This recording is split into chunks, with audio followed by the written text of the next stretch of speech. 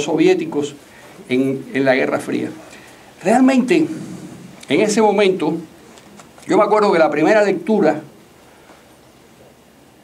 tenía 15 años cuando comienza la revolución, y la primera lectura que me cae en las manos, donde empiezo a ver el terror y el horror de que Cuba pueda caer bajo la órbita soviética, son las memorias de un peruano del que yo no tenía noticias, que se llamaba Eudosio Rabines, y que contaba cómo había sido un agente del Comintern, cómo había pasado de ser un muchacho idealista peruano a convertirse en un elemento de los equipos de infiltración soviéticos en América Latina, y cómo había roto con la Unión Soviética cuando conoció la sordidez del mundo soviético, la represión terrible del estalinismo. Había conocido a Stalin en la Unión Soviética, había conocido a Mao, también lo había conocido en la Unión Soviética, no en China, pero había conocido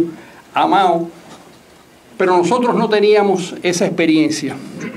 Lo que habíamos leído apenas eran los reportajes que había publicado Bohemia en octubre de 1956 a propósito de la invasión soviética a Hungría, que fue el primer despertar, pero todavía nos parecía, por lo menos a mí, que en ese momento que tendría yo 13 años, 14 años, me parecía una cosa muy distante.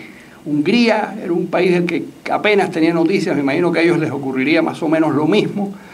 La Unión Soviética o la invasión me parecía una canallada, la descripción que hubo en Bohemia era muy clara, se sabía quiénes eran las víctimas y los victimarios, quiénes eran los que atropellaban y quiénes eran los atropellados. Eso estaba muy claro en esos reportajes, pero todavía no lo habíamos vivido de una manera propia. Eso empezó a ocurrir en 1959, empezó a ocurrir en 1960. Yo me recuerdo que para despejar las dudas de hacia dónde iba el país, le pregunté a un hombre que intentaba una cosa imposible, que era enseñarme matemáticas.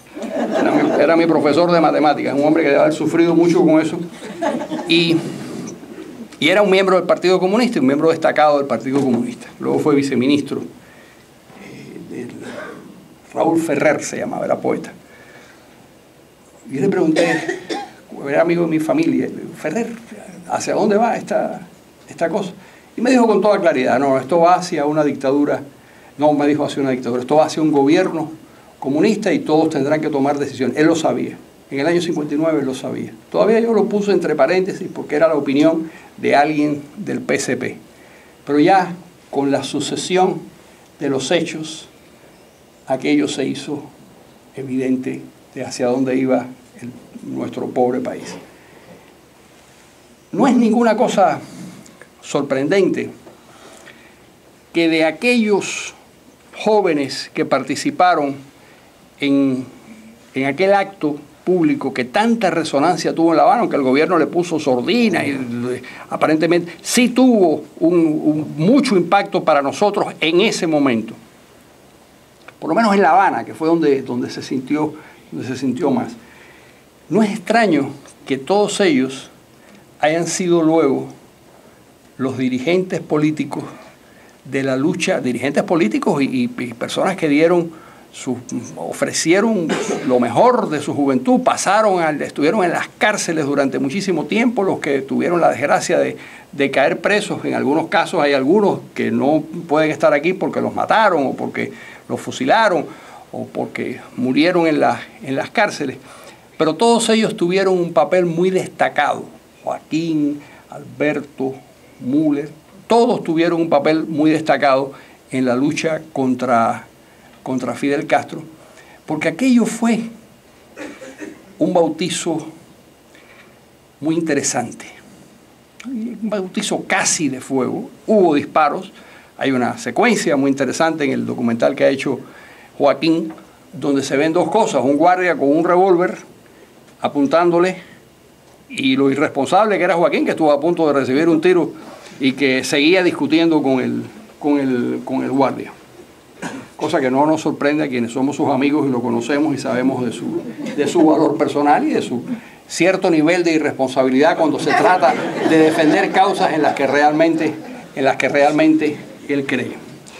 Bueno, ¿qué más puedo decir? Después del episodio del Parque Central, al mes siguiente vino otro episodio, que yo creo que ya fue una consecuencia, porque se iban acelerando, que fue el de Conteagüero. Esto fue en febrero, y en marzo vino la crisis de Conteagüero, porque ya no se podía ocultar más dónde estaba la situación, cuál era el peligro que corría el país, y Conte hizo su denuncia y acabó pues perseguido y protegido por una embajada. ¿Quiénes eran anticomunistas en ese momento? Los que tenían formación política eran muy pocos.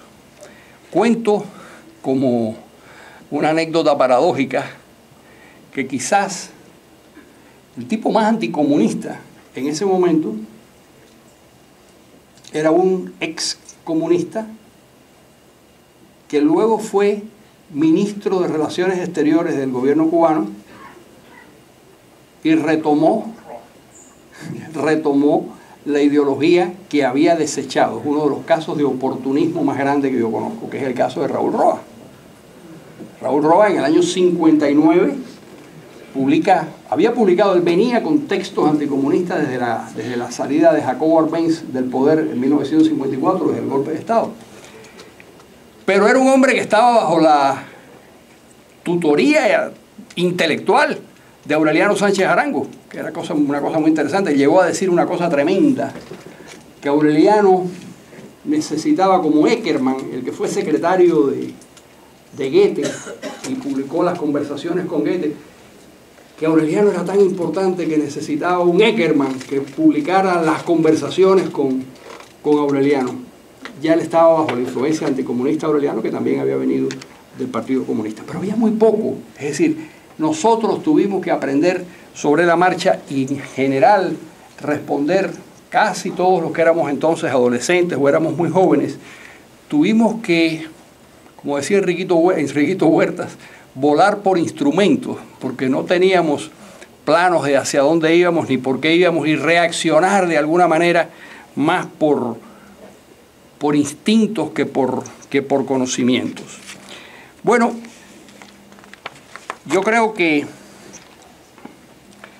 cuando se escriba la historia de este proceso, este episodio quedará como un elemento destacado, como parte, y además es muy importante que así sea.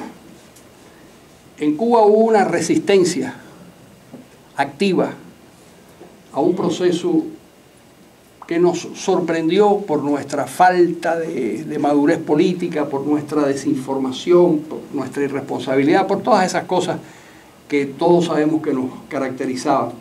Pero hubo una resistencia heroica en estudiantes, en campesinos, en gente que se alzó en las montañas, que estuvieron peleando hasta que ya no pudieron más y los mataron prácticamente todos en el Escambray, con 6.000 muertos en el Escambray. Y hubo, junto a esos campesinos, estudiantes de universidades públicas y de universidades privadas, de las dos, que se lanzaron a pelear y a tratar de hacer lo que se podía por tratar de impedir la entronización del comunismo en Cuba. Unos eran católicos, otros no lo eran. Los católicos tuvieron por primera vez en la historia de Cuba un papel muy relevante en la dirección de la lucha política. Pero no era un requisito ser católico, ni mucho menos. Los había de todos los colores ideológicos y religiosos. Así que hacemos bien, y ha hecho muy bien Joaquín en recoger este documental. Nosotros estamos, y con esto termino, en una fase dentro y fuera de Cuba muy interesante de contar lo que pasó de alguna manera